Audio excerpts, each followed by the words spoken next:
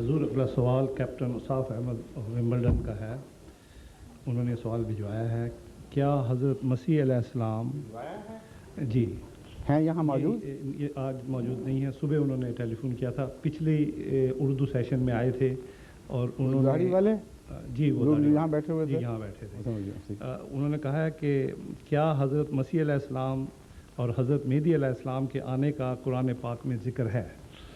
حدیثوں کی روشنی میں آپ نے اس کی وضاحت گزشتہ اردو سوال و جواب کی محفل میں فرمائی تھی. وہ چاہتے ہیں کہ قرآن پاک میں ذکر ہے یا نہیں. اب یہ جو انداز ہے سوال کا, اس میں بھی بہت خوش مضمر ہے. میرا تجربہ ہے وسیع کہ جب ایک عمومی سوال کرتے ہیں لوگ اور میں ان کے جواب دے دیتا ہوں تو وہاں سے ہٹ کر ایک اور پناہ گاہ میں جانے کی کوشش کرتے ہیں, حالانکہ یہ اہل قرآن نہیں ہیں. مگر چونکہ حدیث کی روح سے زیادہ تر یہ سوال اٹھایا گیا کہ آنے والے کا ذکر ہے, نزول ہوگا, اس لیے میں نے حدیث ہی کی روح سے اس کا جواب دیا تھا.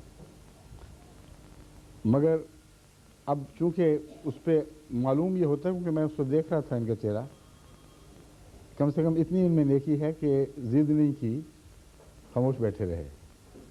اب سوچا ہے کہ اصل حال یہ ہے کہ قرآن میں جاؤ, وہاں سے ہمیں شاید کوئی مطلب کی بات نکل آئے. مگر بنیادی باتیں بعض ہیں جو میں اس وقت بھی کھولی تھی, اب میں پھر کھولتا ہوں. حضرت صلی اللہ علیہ وآلہ وسلم کے متعلق قرآن گواہ ہے کہ اپنی طرف سے کوئی بات نہیں کرتے,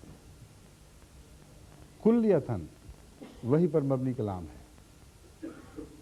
اگر کسی کو وحی پر مبنی کلام ہونے کے باوجود قرآن کریم میں وہ بنیاد دکھائی نہ بھی دے اور یہ قطعی بات ہو کہ حضور صلی اللہ علیہ وآلہ وسلم کی احادیث بکثرت ایک بات کہہ رہی ہیں, تو پھر تقویٰ کا تقاضا یہ ہے کہ ان حدیث کے فیصلے کے سامنے سر جھکائے انسان.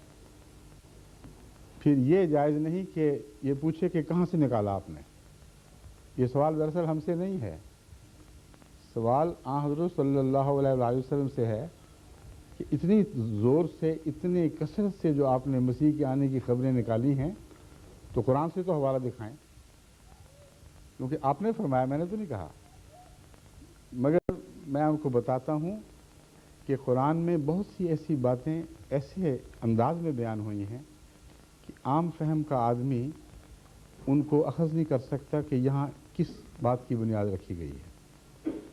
مگر جن پر شریعت نازل ہوئی ہے, حضرت محمد رسول اللہ صلی اللہ علیہ وسلم, آپ قطعیت کے ساتھ جانتے تھے کہ اس بات کی بنیاد یہاں موجود ہے, اور حوالہ دیا یا نہ دیا اس کی پیشگوئی فرمائی, اور پیشگوئی جب 100% یقینی طور پر پوری ہوئی اور آپ کے زمانے کے 1200 سال کے بعد پوری ہوئی, تو پھر کسی کو یہ حق نہیں ہے کہ یہ کہے کہ اپنی طرف سے باتیں کہی تھیں.